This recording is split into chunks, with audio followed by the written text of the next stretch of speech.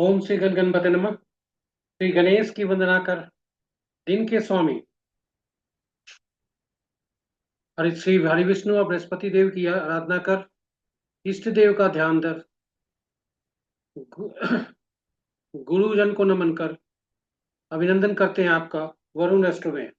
आज का दैनिक पंचांग जो 5 भागों में नित्य प्रस्तुत हुआ करता है उसमें आपका स्वागत है।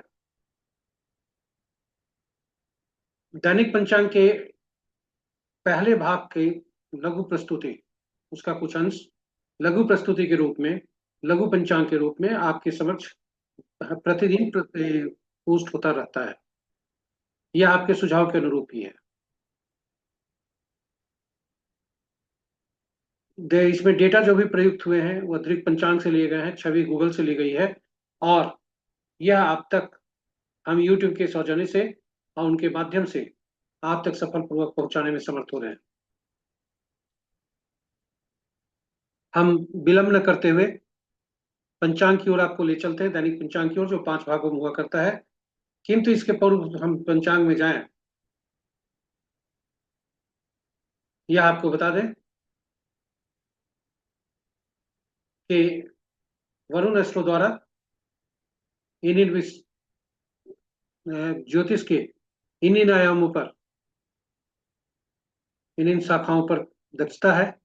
और हम उसके लिए अपने शिक्षक और गुरुजन को नमन करते हैं, अभिनंदन करते हैं उनका, उनका आशीष लेते हुए हम आगे बढ़ते हैं। सामान्य भाषा में जब पंचांग का की तरजीह पर आता है या चर्चा होती है तो हम शुभ और अशुभ मुहूर्त तक ही सीमित हो जाते हैं। किंतु पंचांग कहीं उससे बढ़कर है। यह केवल शुभ और अशुभ मुहूर्त जानने का माध्यम नहीं है, अपितु यह हमारी निर्णय क्षमता को सुदृढ़ करता है। प्रकृति और ब्रह्मांड के साथ ऊर्जा के साथ संतुलन स्थापित करने में सहायक होता है, जिससे हमारे जीवन में शांति, समृद्धि और सकारात्मकता का संचार होता है। अतः पंचांग का अनुसरण करके हम अपने जीवन को अधिक सफल और समृद्ध बना सकते हैं। तो इस तरह से पंचांग के हमारे जीवन में भूमिका और नई परिभाषा हमें मिली कि केवल यह और अशुभ मुहूर्त जानने का माध्यम नहीं है, अपितु यह हमारे निर्णय क्षमता को सुदृढ़ करता है। प्रकृति और ब्रह्मांड की ऊर्जा के साथ संतुलन स्थापित करने में यह सहायक होता है, और जिसके फलस्वरूप हमारे जीवन में शांति, समृद्धि और सकारात्मकता का संचार होता है। तो चलिए पंचांग का अनुसरण कर हम अपने जीवन को अधिक सफल और समृद्ध बनाएं। स्वागत करते हैं आपका दैनिक पंचांग के पहले भाग में।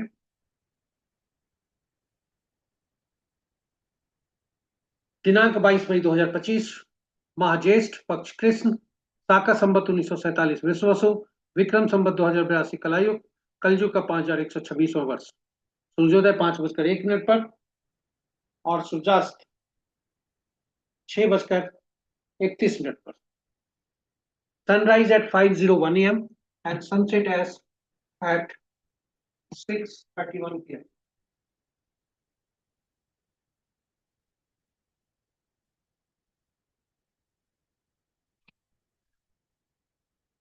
दिशाशूल दक्षिण। फिर भी उस दिशा में अगर यात्रा करने की बाध्यता हुई तो दही का सेवन कर यात्रा में शुभ को शुभ बना सकते हैं। पंचांग के 5 अंक, दिन गुरुवार, तिथि देर रात्रि 1:12 तक दसवीं, उसके बाद एकादशी। नक्षत्र संध्या 5:47 तक पूर्व भद्रा, उसके बाद उत्तर भद्रा। योग रात्रि के 9:50 तक विश्व कुंभ, उसके बाद प्रीति शुभ, प्रीति जो शुभ है। करण अपराह्न 2:21 तक वनिज, तत्पश्चात देर रात्रि 1:12 तक वृष्टि भद्रा और उसके बाद भव। तो ये रहे पंचांग के 5 अंक।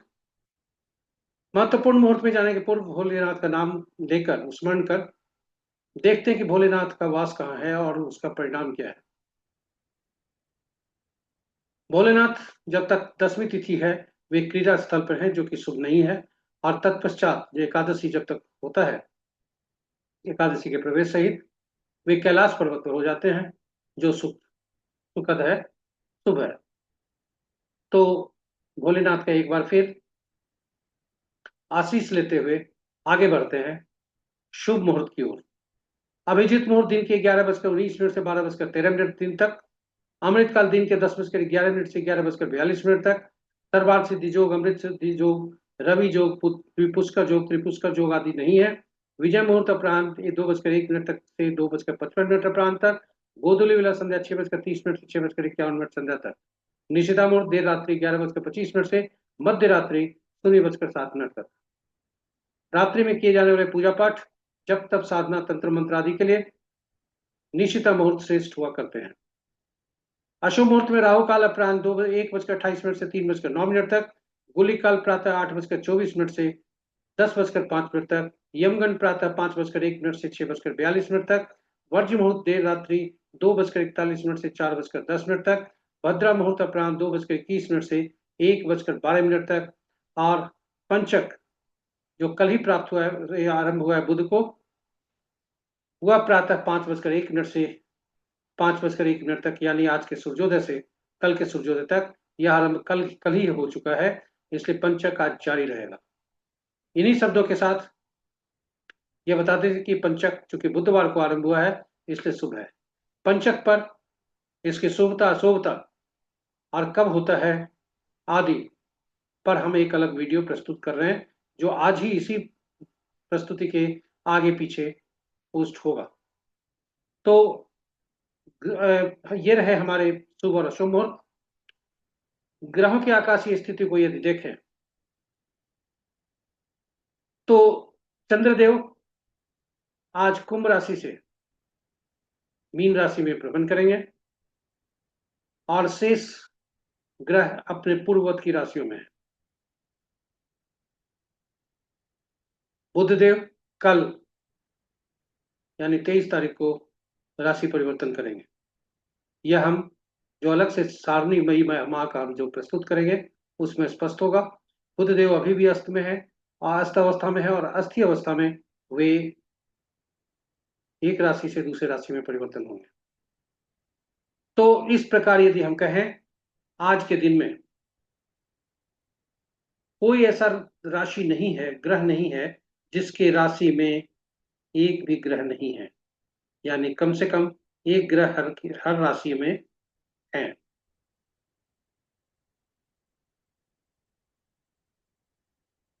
बृहस्पति की राशि में 2 ग्रह, शनि की राशि में 2 ग्रह, और शेष ग्रहों की राशियों में एक एक ग्रह है। मित्र राशि में 2 ग्रह, शत्रु राशि में 3 ग्रह और सम राशि में 4 ग्रह। किसी भी राशि का आपस में राशि परिवर्तन नहीं है। और इस प्रकार हम ग्रहों की स्थिति को देख लिए राशि के अनुसार। अब हम देखते हैं नक्षत्र के अनुसार। तो सूर्य और शनि अपने ही नक्षत्र में है,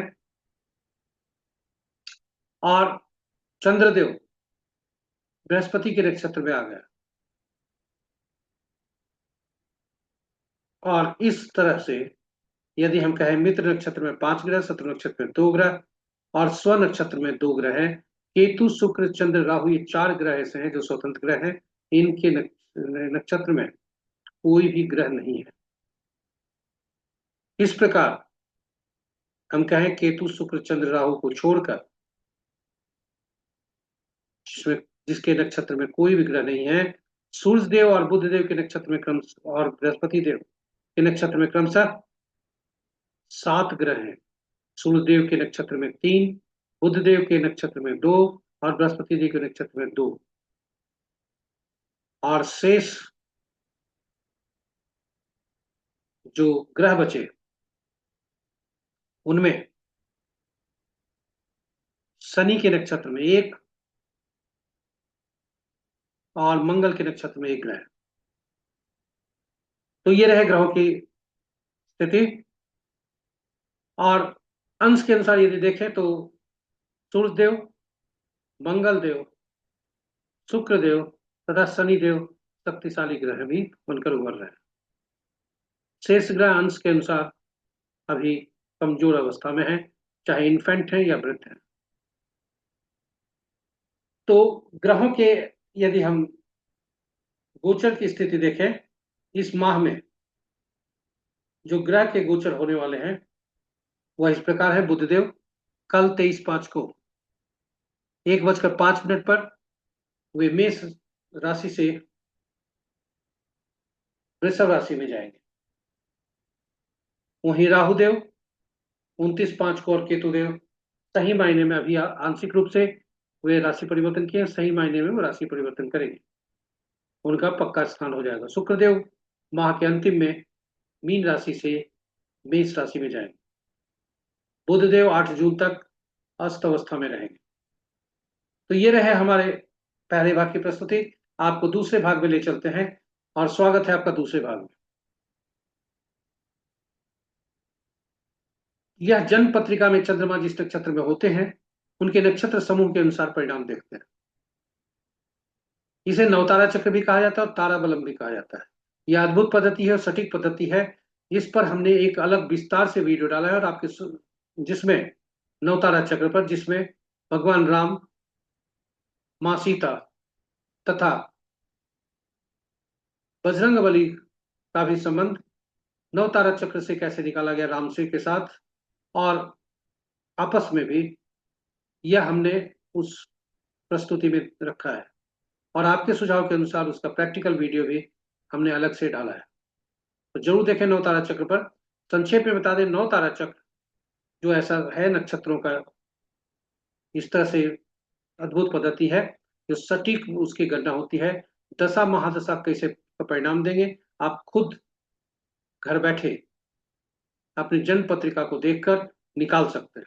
और उस तरह से चैलेंजिंग अगर जहां भी है, जहां भी अशुभता है, वहां आप कर्म वैसे कर शुभता ला सकते हैं। कम से कम जो अशुभता की जो इंटेंसिटी है वो कम हो सकती है। साथ ही साथ आपकी निर्णय क्षमता भी बढ़ सकती है, जहां भी आपकी शुभता हो और अशुभता हो, दोनों में। नवतारा चक्र यह भी बताता है कि आपके विभिन्न, तो आपके साथ संपर्क में आने वाले, चाहे घर परिवार समाज संसार कोई भी हो, उसका अगर जन्म नक्षत्र जन्म पत्रिका का चंद्रमा इस नक्षत्र में है, वह अगर मालूम है तो आपस में कैसा तालमेल रहेगा यह देख सकते हैं। और उसी अनुसार आप सावधानियां बरत सकते हैं जहां भी अशुभता की स्थिति हो। तो बहुत ही सटीक है, जरूर देखें। यह आपके लिए ज्ञानवर्धक ही नहीं, यह उपयोगी भी होगा, और आप खुद अपने आप आंक सकते हैं। सबसे बड़ा चीज है कि आप कब अशुभ समय आने वाला है, यह जो है आप अग्रिम से जान सकते हैं। तो चलें, चंद्रमा का संक्षेप में यहां बता दें, कुल 27 नक्षत्र होते हैं। और 27 नक्षत्र चूंकि उनकी क्रम संख्या सब एक ही अलग अलग होती है, और 1 से 27 तक उनकी क्रम संख्या है। ग्रहों के मन नक्षत्र होते हैं, यानी ग्रह अपने मन के अनुसार कोई फल नहीं देते, वे नक्षत्र के अनुसार ही फल देते हैं। तो ग्रहों को के साथ किन किन नक्षत्रों को जोड़ा जाए, इस हेतु नवतारा चक्र का निर्माण हुआ। और सभी ग्रहों को, सभी नक्षत्रों को 9 भाग में बांटकर, यानी पहले 3 श्रेणियां बनी।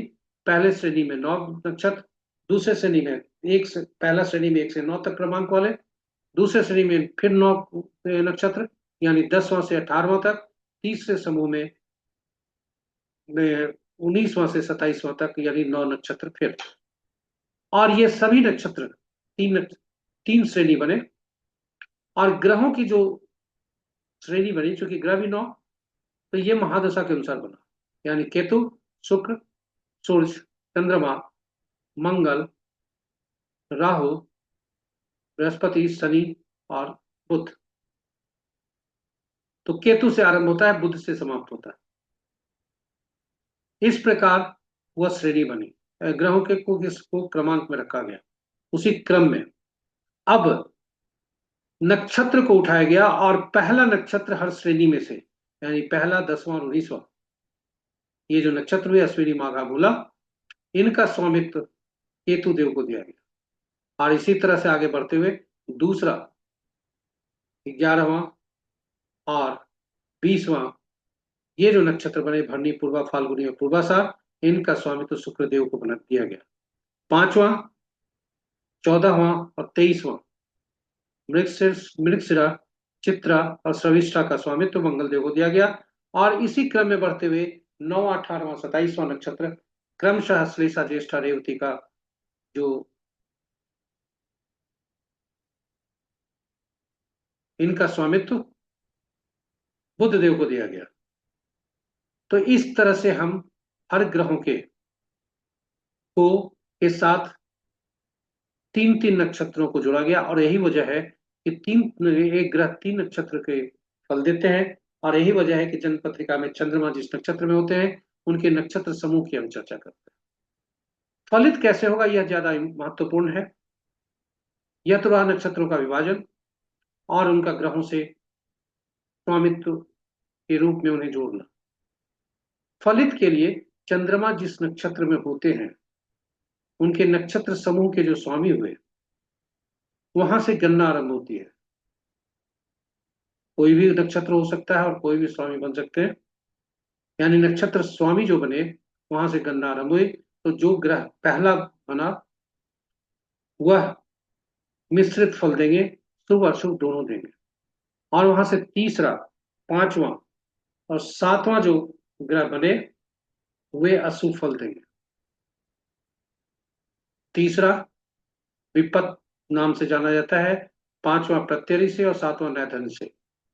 अशुभ फल देंगे तीनों, खतरा भी हो सकता है, बाधा भी हो सकता है, और सातवां अशुभ के शुभता के साथ साथ अति पीड़ा भी देते हैं। वहीं दूसरा, चौथा, छठा, आठवां, नौवां ये शुभ फलदायी है। तो जहां जब भी हमें ऐसा, चाहे दशा महादशा को देख रहे हैं, यदि विपत प्रत्यय और नैधन्य में कोई ग्रह है तो हमें तैयार होना चाहिए कि यह हमें अशुभ फल देंगे, हमारे लिए पीड़ादायक होंगे, और मानसिक रूप से हम तैयार रहें और कर्म उसी तरह से करें। चंद्रमा जिस नक्षत्र में है उस गोचर के अनुसार अगर देखते हैं तो आज का चंद्रमा 5:47 तक पूर्वा भाद्रपद नक्षत्र में है, और तत्पश्चात वे उत्तरा भाद्रपद नक्षत्र में जाते हैं। तो किस जो कॉलम है वो चंद्रमा का विभिन्न नक्षत्रों में कौन सा फल देंगे, और रो से हम जातक के जन्म पत्रिका में चंद्रमा जिस नक्षत्र में है वहां से देखते हैं और मिलाते हैं। उदाहरण स्वरूप यदि हम देखें तो कि यदि जातक का जन्म रोहिणी, हस्ता या श्रवण में हुआ है तो ये छह मतलब शुभ फलदायी है, और तत्पश्चात ये प्रत्ययी है यानी दुखदायी है। तो यह दोनों हम चीज देख सकते हैं। इसी तरह से यदि किसी का पूर्व शुक्र के नक्षत्र में हुआ यानी भरणी, पूर्वा फाल्गुनी या पूर्वाषाढ़ में हुआ है तो हम देखते हैं कि यह साधक है 5:47 तक, और तब उसके बाद अति पीड़ा वाले स्थिति बनती है। तो ये सावधान रहे, रहने की जरूरत है, अग्रिम में पता चल जाता है। और यही वजह है, तारा बल का ये कमाल है कि हम पहले से इस चीज को देखकर निर्णय कर सकते हैं और हम अपना फलित कर सकते हैं। तो आप देखें कि जो 5:47 के पश्चात किन किन नक्षत्र वाले के लिए समस्या के कारक हैं, और ये इसी तरह से हम फल को फलित करेंगे। तो ये रहे हमारे ताराबलम, जो नौतारा चक्र का ही एक रूप है चंद्रमा के परिप्रेक्ष्य में। यहाँ हम अभी देख रहे थे चंद्रमा जिस जन्म पत्रिका में चंद्रमा जिस नक्षत्र में उसके अनुसार फल। हम आपको अब ले चलते हैं अपनी तीसरी प्रस्तुति में, जहां जन्म पत्रिका में चंद्रमा जिस राशि में है उसके अनुसार फल को देखेंगे।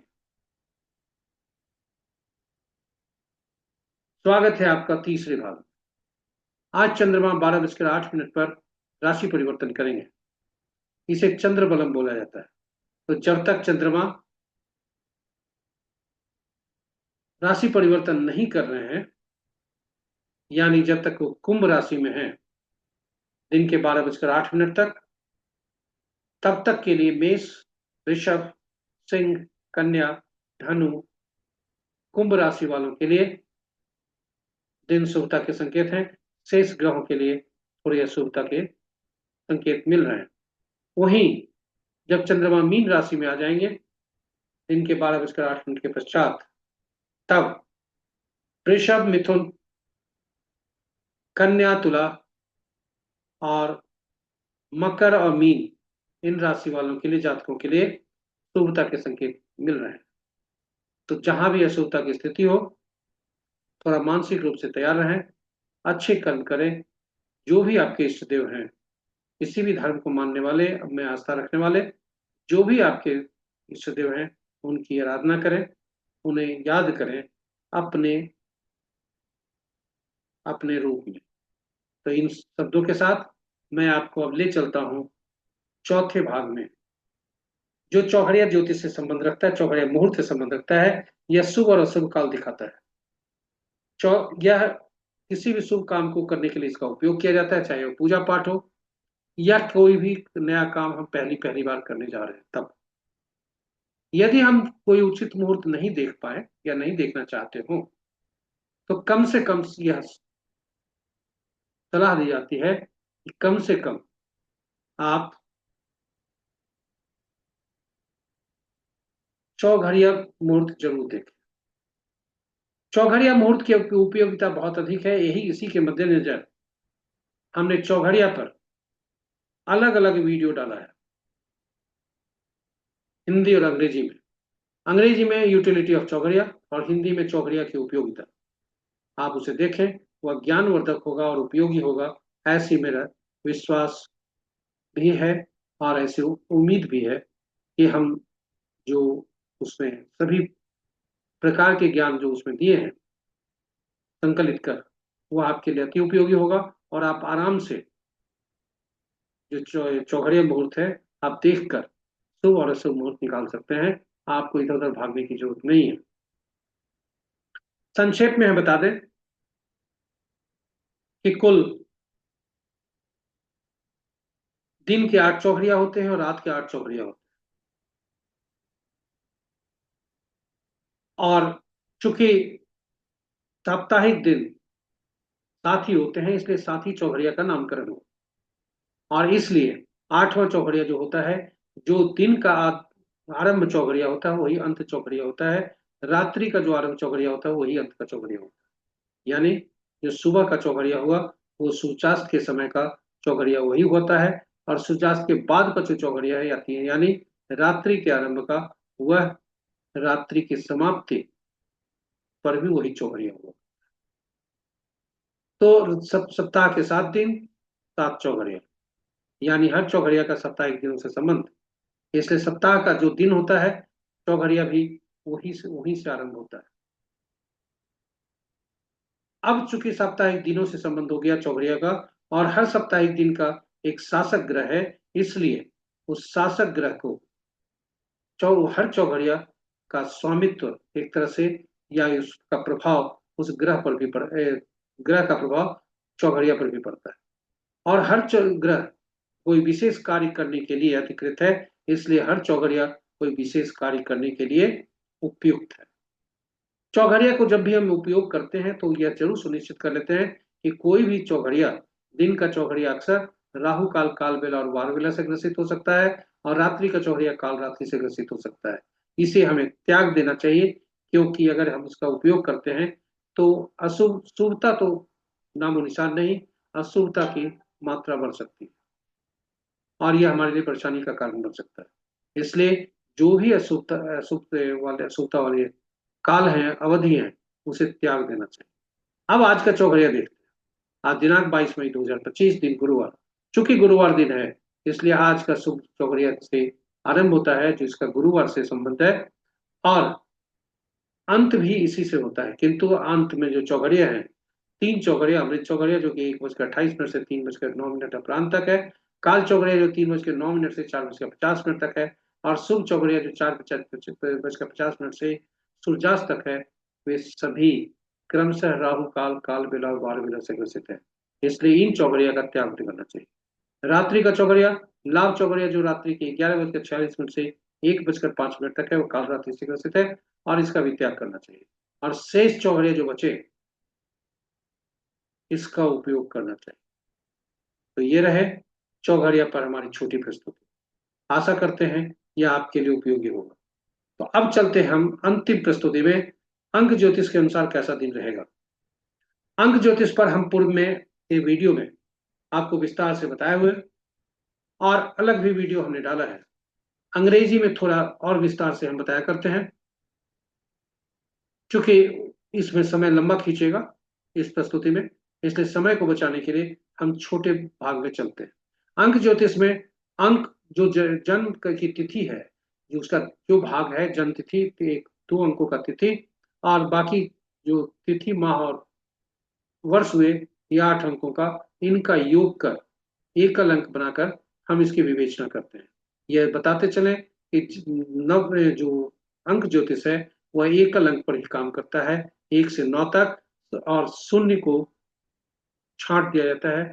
शून्य का उपयोग नहीं किया जाता है क्योंकि यह अनंत को दर्शाता है, अनिश्चितता को दर्शाता है। और जब भी हमें 1 से ज्यादा अंक मिले तो उन अंकों को में प्रयुक्त हुए सभी अंकों को जोड़कर एकल अंक में परिवर्तित कर लिया जाता है। अक्षर यदि मिले तो अक्षर में प्रयुक्त हुए सभी जो शब्द कोई मिले तो शब्द में प्रयुक्त हुए अक्षर जिनका अंकीय मूल्य अलग अलग होते हैं, उसमें वह परिवर्तित कर पुनः उसको जोड़कर एक अलंक में परिवर्तित किया जाता है।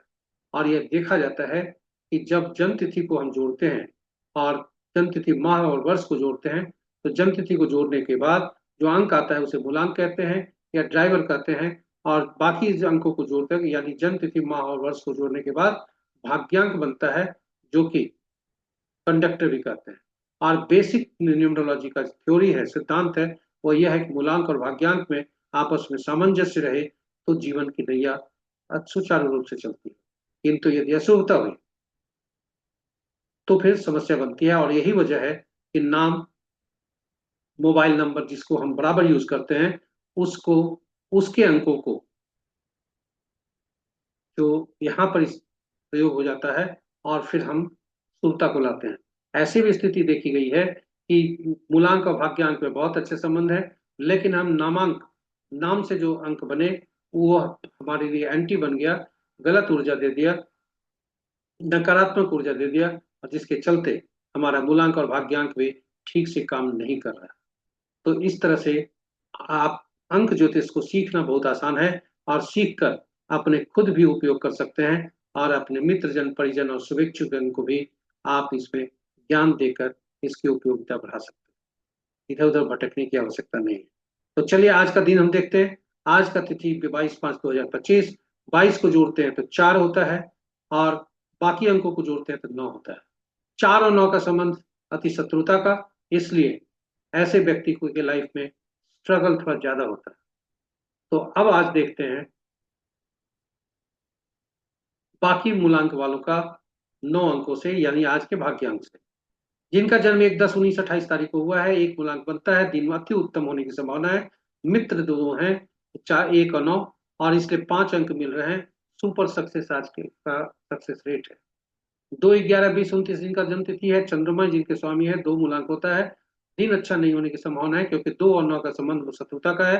30% सफलता का दर है, और चूंकि 2 पत्नी का कारक है, क्वीन जिसे कहा जाता, मंगल ऊर्जा का कारक है, एग्रेशन का कारक है, और इसलिए मैरिज लाइफ में एग्रेशन, क्रोध के कारण, वाद विवाद के कारण समस्या आ सकती है। आज 3/12/2130 को जिनका जन्म है,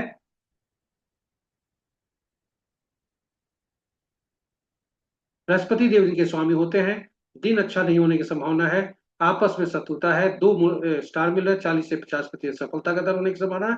और यदि जातक विद्यार्थी हैं या शिक्षक लाइन में है, हीलिंग के में जुड़े हुए हैं, तो उनके लिए सफलता का रेट दर बढ़ सकता है। 4 मूलांक वाले, 4/13/22/31 इनका जन्म तिथि होता है किसी भी माह का, राहु देव इनके स्वामी बनते हैं। 4 और 9 का संबंध अति शत्रुता का, 2 स्टार मिल रहे हैं, 80% सफलता का दर होने की संभावना है। स्ट्रगल हो आज थोड़ा सा होगा, संतोष होगा, छोटी छोटी घटनाएं हो सकती है, सर्जरी से दूर रहने की सलाह दी जाती है, और यदि सर्जरी से ही में आप इन्वॉल्व हैं तो फिर सफलता का दर बढ़ सकता है। थोड़ी वहां भी सावधानी बरतने की आवश्यकता है। 5/14/23 जिनका जन्म है, किसी भी माह का 5 मूलांक होता है, जो 5 मूलांक, 5 अंक जो है 1 और 9 के बीच का मध्य अंक है, जिसे बैलेंस अंक भी बोला जाता है। बुध देव इनके स्वामी बनते हैं, जो कि अकाउंटिंग, संचार, कम्युनिकेशन आदि के ये ग्रह हैं, इनसे इनका संबंध है। 5 और 9 का संबंध तटस्थता का है, इसलिए दिन सामान्य होने की संभावना है। 80 से 90% सफलता का दर होने की संभावना है। और यदि जातक वित्त, बैंकिंग आदि से जुड़ा है तो उसके लिए सफलता के दर बढ़ सकते हैं। 6 मूलांक वाले, 6, 15, 24 तारीख जिनका जन्म है, 6 इनके मूलांक बनते हैं। शुक्रदेव इनके स्वामी बनते हैं, जो ग्लैमरस को रिप्रेजेंट करते हैं, शो ऑफ को रिप्रेजेंट करते हैं, जो दिखावापन है। और इसलिए 6, 9 का संबंध तटस्थता का जरूर है। 2.5 स्टार मिल रहे हैं। 80% सफलता का दर है, किंतु यह उनके लिए थोड़ी शुभता और भी बढ़ सकती है, जो है यदि वे शो ऑफ से हैं या मीडिया से लिंक किए हुए हैं। लेकिन कंट्रोवर्सी और स्कैंडल भी आपके साथ हो सकते हैं, सावधान रहें। 7, 16, 25 तारीख जिनका जन्म है, 7 इनका मूलांक है, केतु देव इनके स्वामी है। तो सामान्य आज दिन होने की संभावना है। 7, 9 का संबंध तटस्थता का, 60% सफलता का दर है होने की संभावना है। लेकिन ऑकल्ट, हीलिंग या शिक्षक शिक्षण से जुड़े हुए हैं तो फिर सफलता का दर बढ़ सकता है।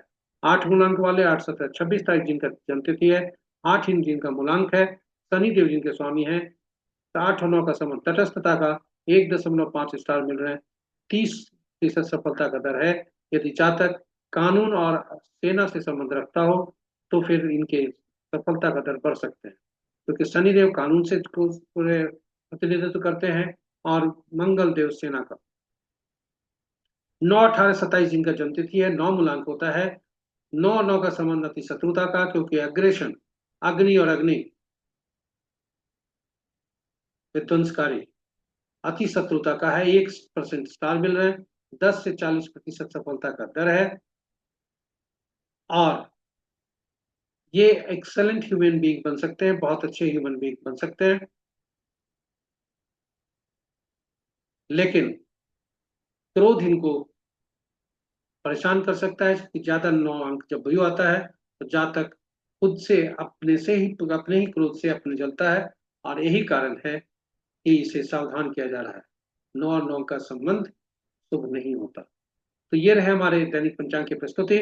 आप हमसे बने जुड़े रहे, दर्शक देखते रहे, इसके लिए कोटि कोटि धन्यवाद। यदि हमारे इस प्रस्तुति को पहली बार देख रहे हैं तो आप इसको सब्सक्राइब करना ना भूलें तथा नोटिफिकेशन बटन को दबा लें, ताकि हमारे हर प्रस्तुति की सूचना आपको मिल सके। और हमारे जो पूर्व के दर्शक हैं उन्हें कोटि कोटि धन्यवाद कि आप हमसे जुड़े रह रहे हैं। आपका फीडबैक बहुत इंपॉर्टेंट रह रहा है, और आप फीडबैक के मार्फत प्रस्तुति को बेहतर बनाने के लिए आप भी कृत संकल्प हैं, और आपका सुझाव हमें मिल रहा है। धन्यवाद आपको। इसी तरह हमें फीडबैक देते रहें और इस प्रस्तुति को आगे बढ़ाते रहें अपने मित्रों, परिजनों, सज्जनों के बीच में, तो स्वजनों के बीच में, ताकि इसकी उनके भी जीवन में जो निर्णय क्षमता हो सुदृढ़ हो और सकारात्मकता उनके जीवन में आए, वे सफल रहें, समृद्ध रहें। इन्हीं कामना के साथ, इनके साथ साथ आप भी रहें, इन्हीं कामना के साथ हम विदा लेते हैं। कल फिर नई प्रस्तुति के साथ हम पुनः उपस्थित होंगे। बृहस्पति देव को नमन करते हुए, हरि विष्णु की को याद करते हुए, आप उनका आशीष आप पर बरसते रहे। हम हरि विदा लेते हैं आपसे। जय श्री कृष्णा, जय बृहस्पति देव। ओम ग्राम ह्रीं ग्राम गुरुवे नमः।